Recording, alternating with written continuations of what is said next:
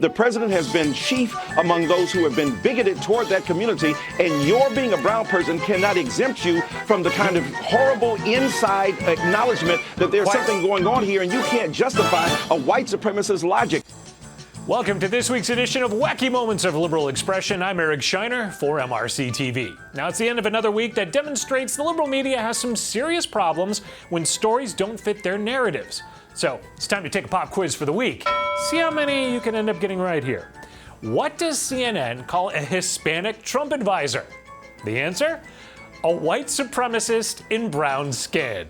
President has been chief among those who have been bigoted toward that community, and your being a brown person cannot exempt you from the kind of horrible inside acknowledgement that there's something going on here, and you can't justify a white supremacist logic. You can be a white supremacist in brown skin. Wow. Question 2. How does the liberal media change their description of an African-American rapper that they once called courageous after he expresses support for a Republican president? The answer? Disappointing. Remember when Kanye West said out loud, George Bush doesn't care about black people? Well, today, Kanye West has a lot of people wondering if he cares about black people. Rapper Kanye West tweeting today, you don't have to agree with Trump, but the mob can't make me not love him. Yeah, Why does he love Donald Trump? And he was at a concert in San Jose on the Pablo Tour in 2016 and said that if I would have voted, I would have voted for Donald Trump. So he's been shouting out Donald Trump for a long time. I think it's weird. I think it's disappointing to me to see Kanye go from someone who had the courage to stand up and say, George Bush doesn't care about black people. Question number 3. All right, now this next one is a little tough. It's a current event that references a very pivotal point in American history. What historic event pops into the current liberal media mind when the French president shakes hands with VP Mike Pence? If you guessed changing the name of French fries to freedom fries like 15 years ago, you are doing stellar. When he turned around there and shook hands with Mike Pence and Paul Ryan, those are two congressmen that 15 years ago, when the Republicans controlled the House, beneath the well of the chamber there, that's where there's a cafeteria. And in that cafeteria, they changed French fries to freedom fries. Both Pence and Ryan were part of that movement. And those are two congressmen that 15 years ago, when the Republicans controlled the House, beneath the well of the chamber there, that's where there's a cafeteria. And in that cafeteria, they changed French fries to freedom fries. Both Pence and Ryan were part of that movement. That is classic. Question 4.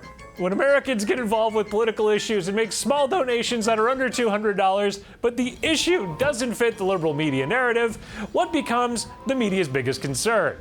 The answer? That these Americans actually vote. Despite mass demonstrations for gun control, of course, like the March for Our Lives and multiple mass shootings this past year, the NRA has reached a fundraising record.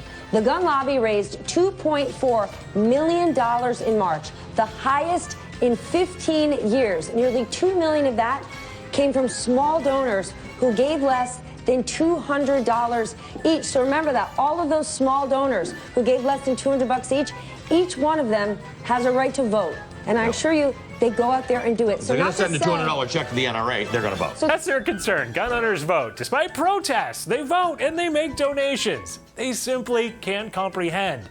So let's end on a good note here. Final bonus question. When CNN's Jim Acosta starts whining again that he doesn't get enough respect from the White House, how should it be handled?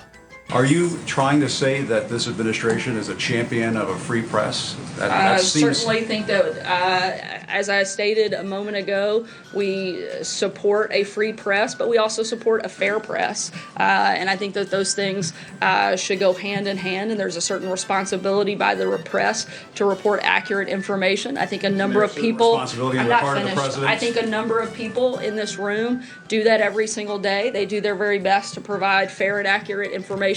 Certainly support that. And that's one of the reasons I'm standing here taking your questions, and a lot of times taking your questions in a tone that's completely unnecessary, unneeded, and frankly doesn't help further the conversation or help the American people get any more information in a better way, which is your job and my job, and that's what I'm trying to do. I'm going to move on. David, go ahead. The president's tone Jim, towards I'm the press. finished. Jim, I'm finished with you. The sentiments of so many of us. I'm Eric Scheiner for MRC-TV. I'll see you again with more media wackiness next week.